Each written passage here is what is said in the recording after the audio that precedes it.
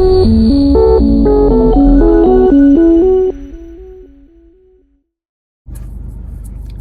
Friends, welcome back to my channel. మీరు చూస్తున్నారు త్రివేద్కన YouTube channel. Aadab, నమస్తే, good morning from Bhupalpally. Actually ఈరోజు సండే కావడంతో నేను చిన్నగానైతే మా ఫ్యామిలీతో అయితే బయటికి అయితే వెళ్తున్నాను.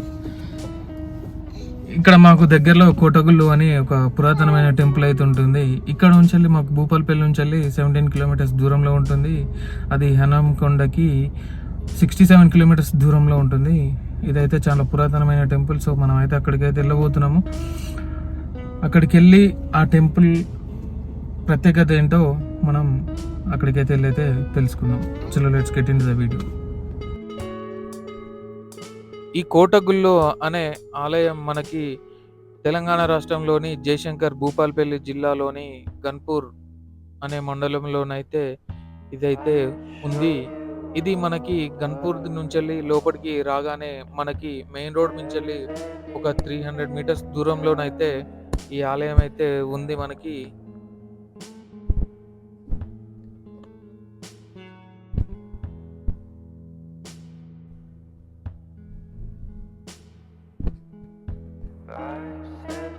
ఈ ఆలయంలోకి రాగానే మనకి ప్రశాంతమైన వాతావరణం అయితే ఉంది. ఇది రీసెంట్గా ఆర్కియాలజీ డిపార్ట్మెంట్ వాళ్ళు తవ్వకాల్లో బయటపడ్డ విగ్రహాలను అయితే మళ్ళీ మనకి అయితే ప్రతిష్ఠించారని చెప్తూ ఉన్నారు.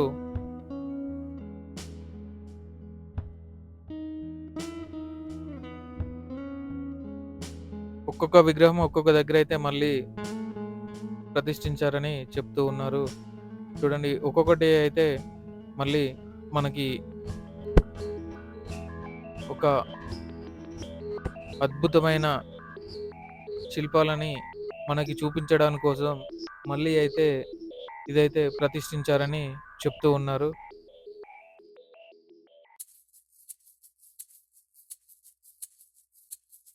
ఇలాంటి ఒక అద్భుతమైన శిల్పాలని మళ్ళీ తవ్వకాల్లో బయటపడిన తర్వాత ఇదైతే మళ్ళీ ప్రతిష్ఠించారని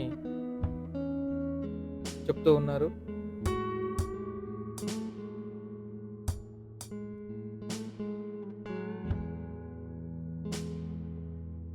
మనకి చూస్తూ ఉంటే ఇక్కడైతే ఒకటి హరిత హోటల్ అయితే ఉంది. ప్రస్తుతానికి అదైతే క్లోజ్ లో ఉంది. ఎందుకంటే ఇది ఉత్సవాలప్పుడు ఓపెన్ చేస్తారు అని చెప్పేసి చెప్తూ ఉన్నారు. ఇక్కడ గుళ్ళో మనకైతే గోశాల కూడా ఉందని చెప్పేసి అని అంటున్నారు. మనం లోపలికి ఎంటర్ అవ్వగానే మనకైతే కొన్ని ఆవులు అయితే మనకైతే ఇక్కడ కనబడుతూ ఉన్నాయి.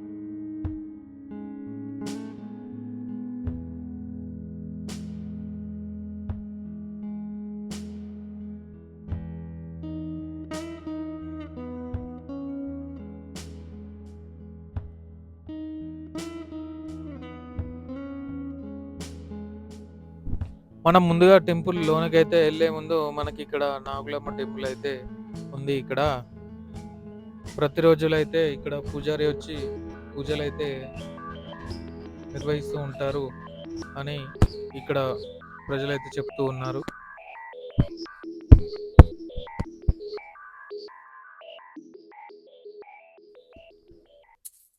ఈ ఆలయం వచ్చేసి మనకి 1260 మధ్య కాలంలో కాకతీయ సామ్రాజ్యాన్ని పరిపాలించిన గణపతి దేవుడు 1213లో ఈ కోటగుళ్ళు అనే ఆలయాన్ని నిర్మించాడు. గణపురం గ్రామానికి ఈశాన్య దిక్కున ఉన్న మానుకోటలో ఈ గుళ్ళని ఉండటం వల్ల కోటగుళ్ళు అనే పేరు వచ్చింది. రామప్ప దేవాలయం నిర్మించిన కాకతీయులు సైన్యాధ్యక్షుడు రేచర్ల రుద్రారెడ్డి మూడో కుమారుడైన గణపురం సామంతుడైన గణపతి రెడ్డి ఆధ్వర్యంలో ఇదైతే నిర్మించడం అయితే జరిగింది. కోటగుళ్ళు సముదాయం చుట్టూ రాతి గోడలతో ప్రకారం నిర్మించడం జరిగింది. ఈ గుళ్ళల్లో గుణపేశ్వర ఆలయం అనే శివాలయం ప్రధానమైనది. అంతేకాకుండా ఓరుగల్లుపై దాడి చేసిన దేవగిరి మహారాజును కాకతీయ అష్టమైన చక్రవర్తి రాణి రుద్రమాదేవి 15 రోజులు యుద్ధంలో ఓడించినందుకు గుర్తుగా గుణశేఖర్లో సగం మనిషి సగం సింహం రూపంలో ఏనుగు మీద స్వారీ చేసినట్టు యుద్ధ విజయ చిహ్నాలు చెక్కబడ్డాయి. ప్రధాన ఆలయానికి ఉత్తరం దిక్కున ప్రధాన ఆలయం నలుమూలల మరో 3 శివాలయాలు కూడా నిర్మించబడ్డాయి. అంతేకాకుండా ప్రధాన ఆలయానికి దక్షిణ దిక్కున దాదాపు 60 స్తంభాల గల మండపం కూడా నిర్మించడం జరిగింది. దీనిని స్తంభాల గుడి అని కూడా పిలుస్తూ ఉంటారు. ఈ ఆలయంలో మనకి ఉత్సవాలు అయితే మనకి మహాశివరాత్రి రోజు మరియు కార్తీక మాసంలోనైతే ఇక్కడ ఉన్న గుణపేశ్వర ఆలయానికి భక్తులు వచ్చి పూజలైతే జరుపుతూ ఉంటారు. మనకి ఇక్కడ శివరాత్రి రోజు కూడా చాలా పెద్దగానైతే జాతరనైతే జరుగుతూ ఉంటుంది. ఇక్కడ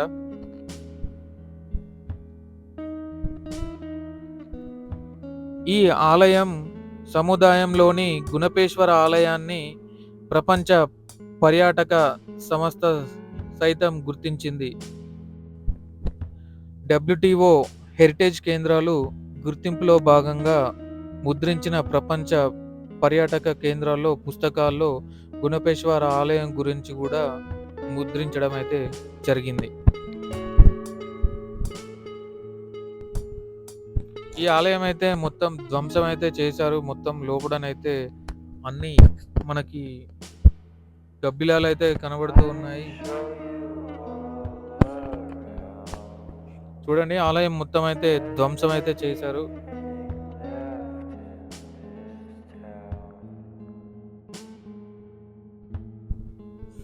ఈ ఆలయం 1323లో ప్రతాపరుద్రుడు మరణించిన తర్వాత ఈ కోటగుళ్ళు సముదాయంపై అనేక దాడులైతే జరిగాయి. 15వ శతాబ్దంలో చివరిలో 16వ శతాబ్దం ప్రారంభం కాలంలో కులీ కుతుబ్ ఉల్ ముకుల్ అనే మహాదీయ రాజు చేతిలో ఆలయం అయితే చాలా దారుణంగానైతే ధ్వంసం అయితే జరిగింది.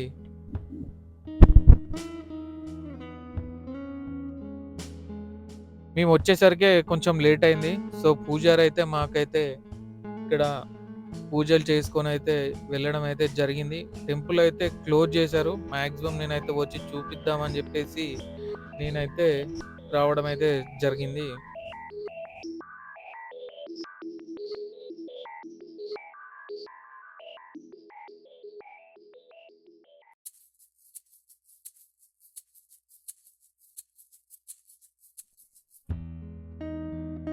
ఈ ఆలయం అయితే మరి దారుణంగానైతే ధ్వంసం అయితే చేశారు. ఇంత ఒక అద్భుతమైన పురాతనమైన ఆలయాన్ని ఇంత ఘోరంగా ధ్వంసం అయితే చేశారు.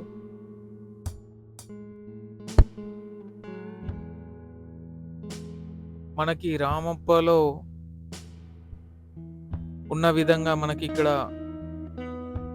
గర్భగుడి ఎదురుగా మనకి ఇక్కడ నందినైతే ప్రతిష్ఠించారు.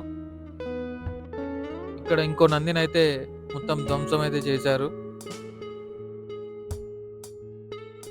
ఇక్కడ మనకి ఆలయానికి ముందుగా మనకి గణపతి ఆలయం అయితే ఉంది. చూడండి, పూజలు అయితే కంప్లీట్ అయితే చేసుకొని ఆలయాన్ని అయితే క్లోజ్ చేయడం అయితే జరిగింది. కర్టన్ వేశారు. మేము వచ్చి చూసుకొని ఇంకా కాసేపు ఇక్కడే టైం అయితే స్పెండ్ చేసి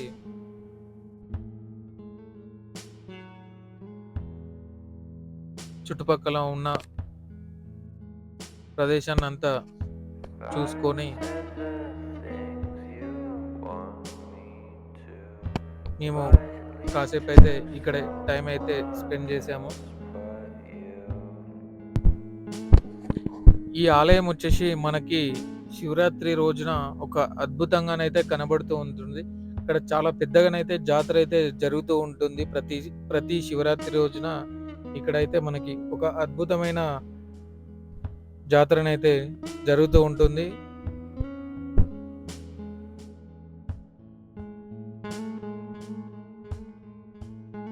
అలాగే టెంపుల్ పక్కన ఉన్న ఇంకొక ఆలయం అయితే మొత్తానికి అసలు దేవుడి విగ్రహాలని లేకుండానైతే ధ్వంసం అయితే చేశారు.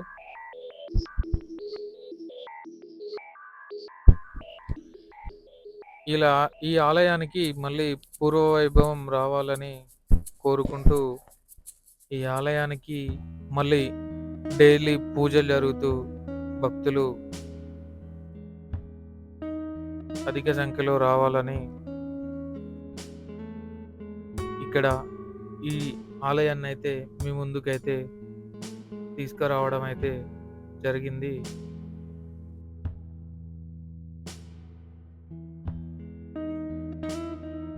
ఈ ఆలయాన్ని మీ ముందుకు తీసుకురావడం నేను ఇలాంటి ఒక అద్భుతమైన ఆలయం మళ్ళీ మనకి వెలుగులోకి రావాలని కోరుకుంటూ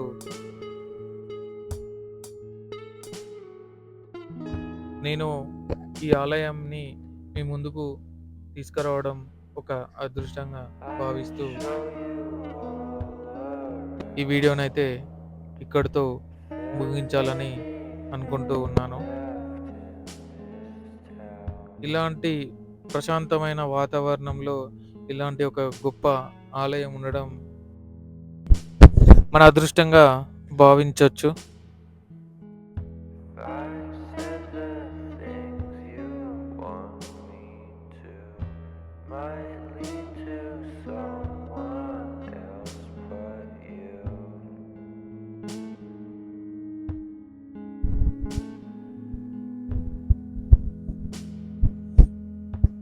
ఈ వీడియోనైతే ఇక్కడితో ముగిస్తూ మీరందరూ ప్రతి శివరాత్రికి ప్రతి కార్తీక మాసంలో ఇలాంటి ఒక అద్భుతమైన ఆలయానికి వచ్చి ఇలాంటి ఒక అద్భుతమైన ఆలయాన్ని వెలుగులోకి తీసుకొచ్చి ఇలాంటి ఒక ఆలయాన్ని డెవలప్ చేయాలని మనసారా కోరుకుంటూ ఈ వీడియో అయితే ఇక్కడితో ముగిస్తూ ఉన్నాను. అలాగే నా సబ్స్క్రైబర్లందరికీ థ్యాంక్ యూ వెరీ మచ్. మీ సపోర్ట్ వల్లనే నేను ఇంకా ఇలాంటి వీడియోస్ మరెన్నో మీ ముందుకు తీసుకురావాలని అనుకుంటూ ఉన్నాను.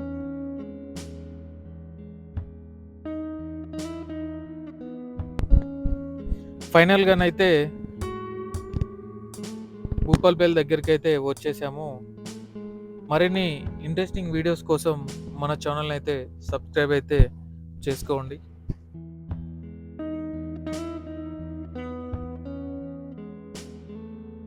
ఫైనల్ ఇంటి దగ్గరికి అయితే వచ్చేసాము. ఈ వీడియో కనుక మీకు నచ్చినట్టయితే లైక్ చేయండి, షేర్ చేయండి, కమెంట్ చేయండి. Thanks for watching my video. జై హింద్.